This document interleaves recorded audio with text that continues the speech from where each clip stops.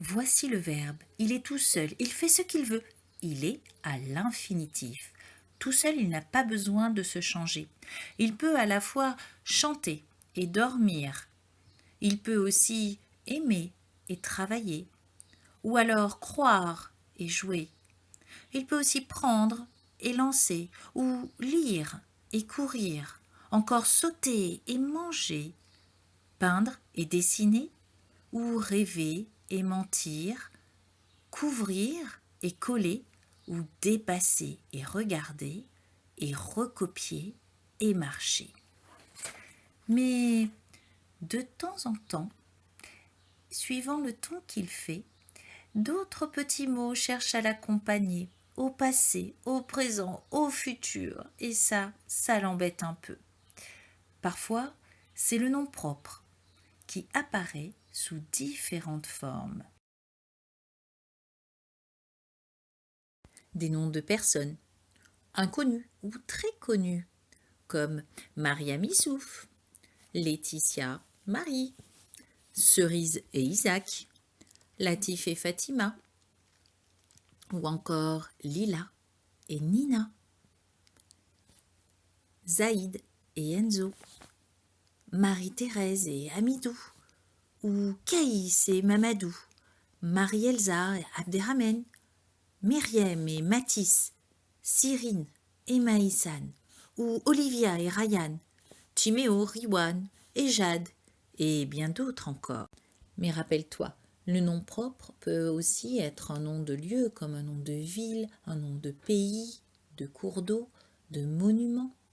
Quelquefois, c'est le nom commun qui connaît, lui, beaucoup, mais beaucoup de monde. Il peut être table, grand-père, chocolat ou exercice.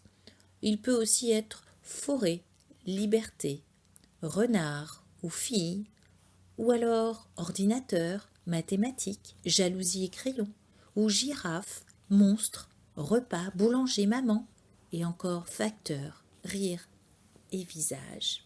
Il vient très souvent accompagné d'un déterminant, et à eux deux, ils vont former un petit groupe, le groupe nominal. Un groupe nominal de grammaire, pas de musique. Et le déterminant est un petit mot comme le, la, les, mon, ton ou son, ou bien c'est, cette, ce, ou un et une, ma, nos, leur, ça, des, ou encore vos et ta. Et puis pour finir, leur et à l'apostrophe. Il y en a d'autres, mais on verra ça un petit peu plus tard.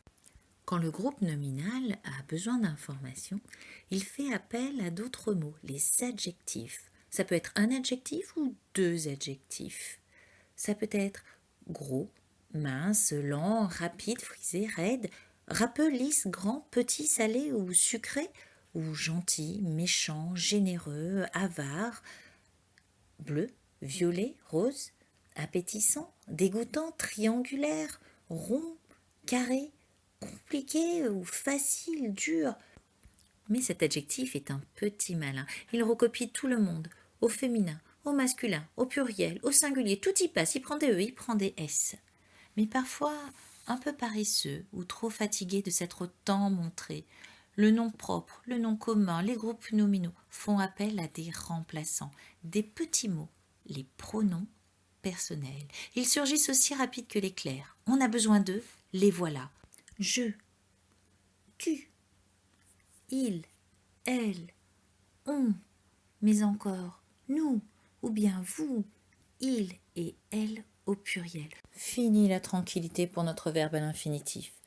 Il va devoir se changer pour sortir avec tout ce petit monde. Subir de multiples transformations le panique déjà. Suivant le temps, les pronoms, les noms, les groupes nominaux. Quelle anxiété! Lui vint alors une idée.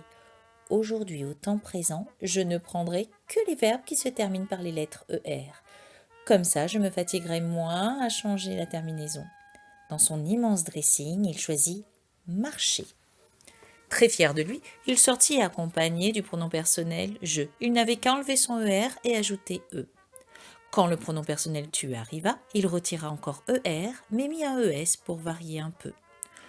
Les pronoms personnels il, elle et on étaient un peu surpris de voir le verbe marcher tant rigoler. Il avait repris la même terminaison qu'avec le jeu, le petit rusé.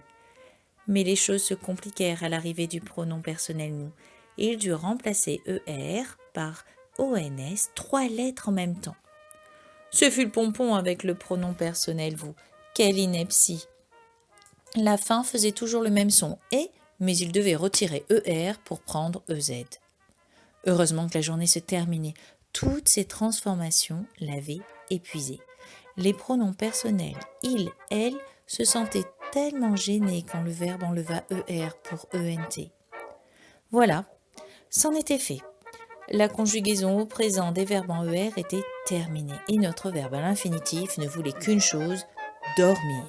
Mais ça, c'est une autre histoire.